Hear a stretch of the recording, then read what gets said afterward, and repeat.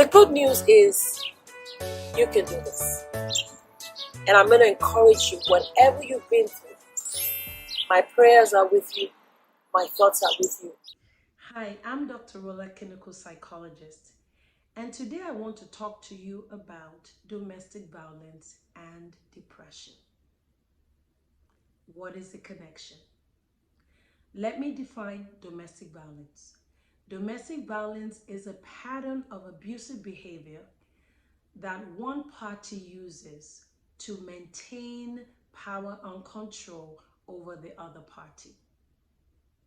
Domestic violence is more than physical.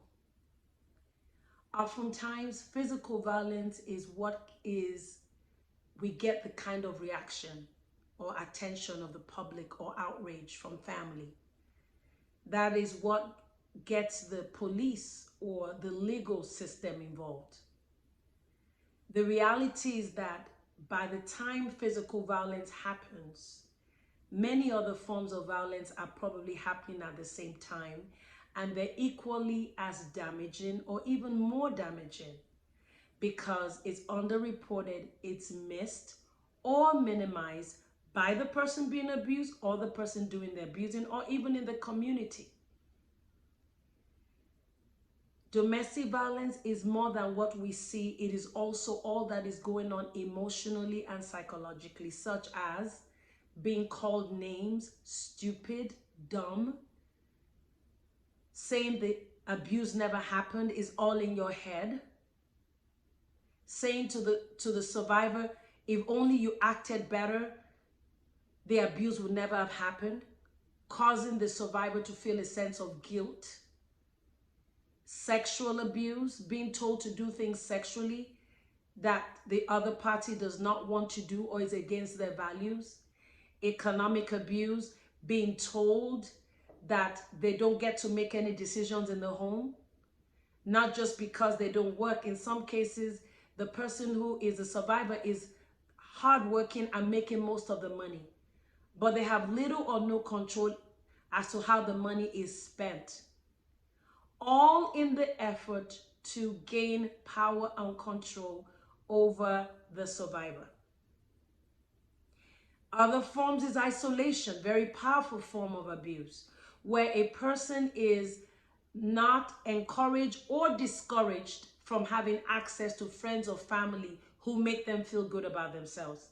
In some cases, the abuser will threaten the family or friends, tell them to mind their own business, say that they're interfering in their family, all to make him the focus of the attention of the survivor and nobody else. Again, this power and control theme is showing up in all these forms of abuse. Immigration abuse is a critical one. All these forms of abuse are to keep the other party down and isolate them. Now, I don't want you to feel bad or feel that if you've been abused, this is prevalent.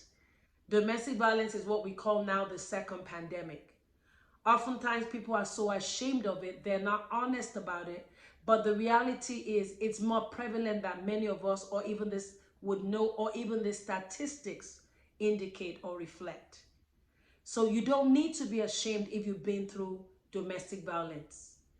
You are a winner, a fighter by being a survivor, and then by breaking the code of silence, you're also taking the power away from the abuser. So I don't want you to feel bad that you're now finding out today that domestic violence dramatically increases the risk of depression, because this video is about education. The more information we have, the more empowered we are. And the more we're able to get help for ourselves and everyone who is exposed to domestic violence. Remember that when we're talking about domestic violence having a connection with depression, we're not just talking about those who are direct victims. For example, in an intimate partner relationship where the husband is abusing the wife, the children who are witnessing the abuse are also being impacted. So the depression is not just a risk to the person who's a direct victim.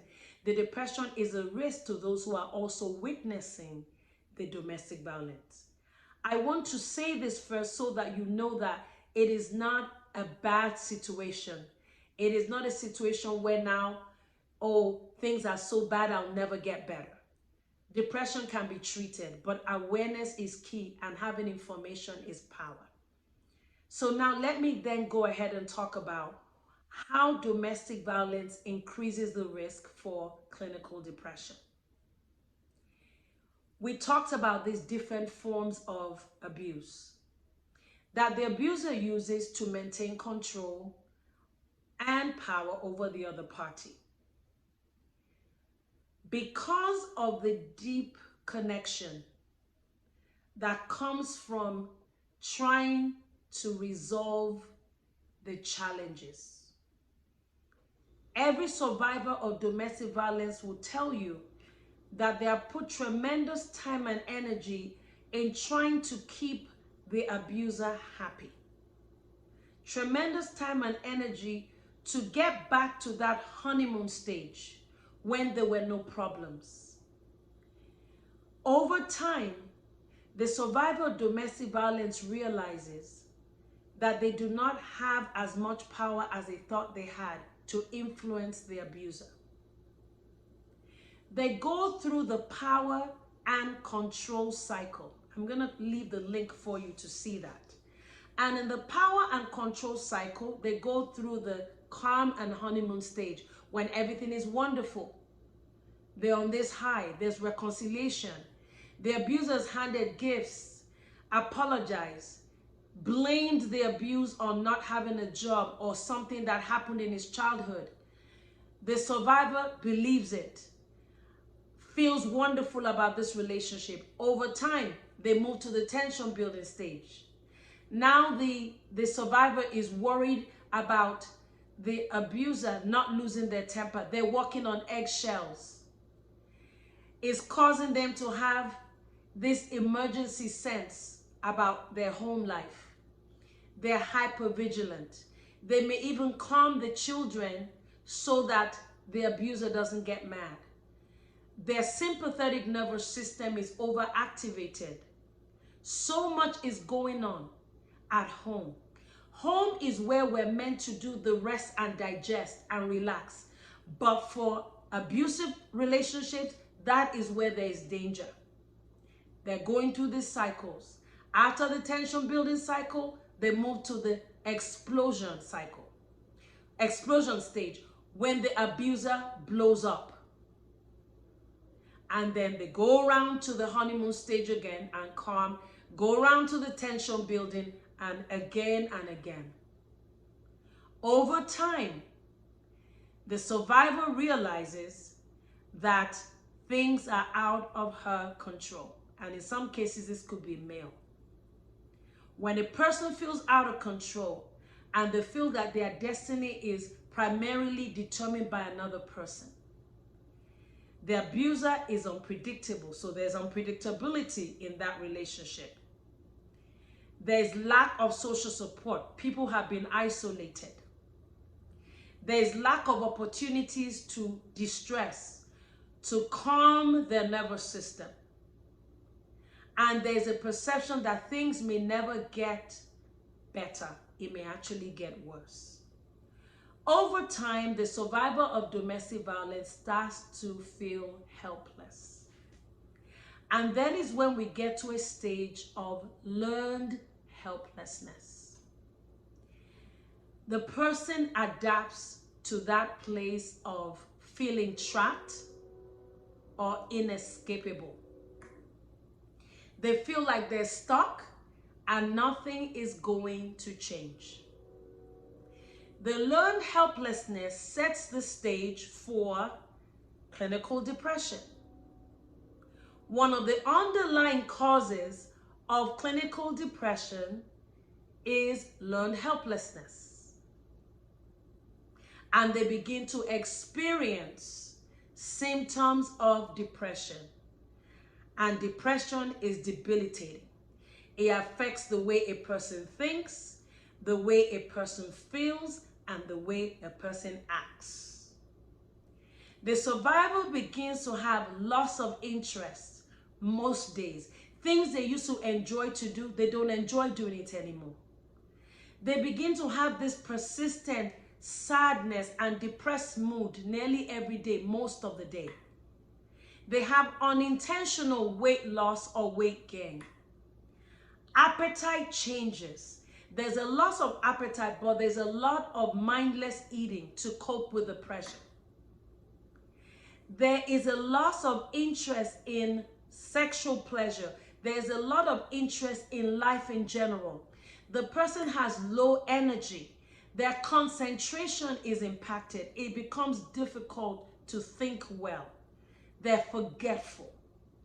All that is coming in and coming out of this process of learned helplessness. They have these thoughts of wanting to not be here anymore. Even for those that have no intention to harm themselves, they have passive thoughts of suicide. I wish I could go to bed and not wake up again. There is psychomotor retardation, a sense that everything is slow. The thinking is slow, the movement is slow. Or they have psychomotor agitation. There's irritability, or there's a restlessness about them, being on the edge. All these are classic signs of depression. And this is what the survivor of domestic violence goes through because of repeated exposure to the severity of domestic violence. Three main things also stand. I'm going to talk about that quickly before I end this video. We notice that with survivors of domestic violence, number one, their perspective on life is negative. The way they see the world, their relationships, and the future is negative. Even when you present them with opportunities that could be rewarding, they are not able to increase their activities to benefit from those rewards.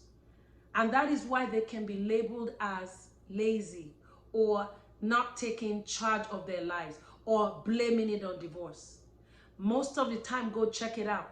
That survivor of domestic violence is clinical depressed, but they've not been assessed, they've not been treated, and they're now stuck in this dark hole.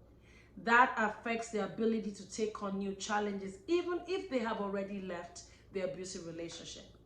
Another area in which you see signs of depression with survivors of domestic violence is in their vegetative symptoms, their sleep and their appetite and their energy level. Waking up in the middle of the night, disrupted sleep, appetite being disrupted, slowness. Physiologically, they don't feel good.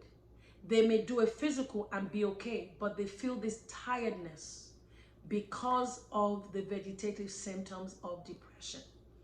And then one more area I want to talk about is the loss of pleasure and motivation to take on anything that is new. Anything new, unfamiliar is overwhelming because of the depression. I hope this helps you to see that oftentimes we have misjudged people who have been abused. Some of them were abused in childhood, some of them abused in adulthood, some of them are there, have moved out already. But these symptoms of depression is debilitating, affecting the person's ability to live up to their potential, affects their social relationships. They may even scare away people who want to help them, affects their ability to maintain their jobs or careers or to advance in their careers. Some of them neglect their self-care, or they begin to use alcohol or drugs to self-medicate. Some have thoughts of suicide or do attempt suicide. This takes us to the place now where we realize that we can no longer minimize domestic violence. The good news is there is help. There are effective treatments. There are effective medication to help with the depletion of norepinephrine in the brain. Psychotherapy works. Spiritual support works. Social support works. Being in a safe environment works. We need to provide support for every survivor, both past and present. And we need to make sure they get help and treatment for depression. to help them to be able to get the power back from the abuser in terms of how they live, so that what they went through in the domestic violence situation for those who are left does not continue to impact them in the long run. Because depression can go on for decades if untreated. And many live with that, with this veil, dark veil over them. And so we're praying and supporting everyone that is going through and encouraging them to get checked out for depression, get into treatment, and it's a matter of time before they will begin to see themselves improve and enjoy life as they're supposed to. If you like this video, let me know. Leave a comment, subscribe to my channel, share it with as many people as possible. Information is power, and I'll talk to you soon. Thank you.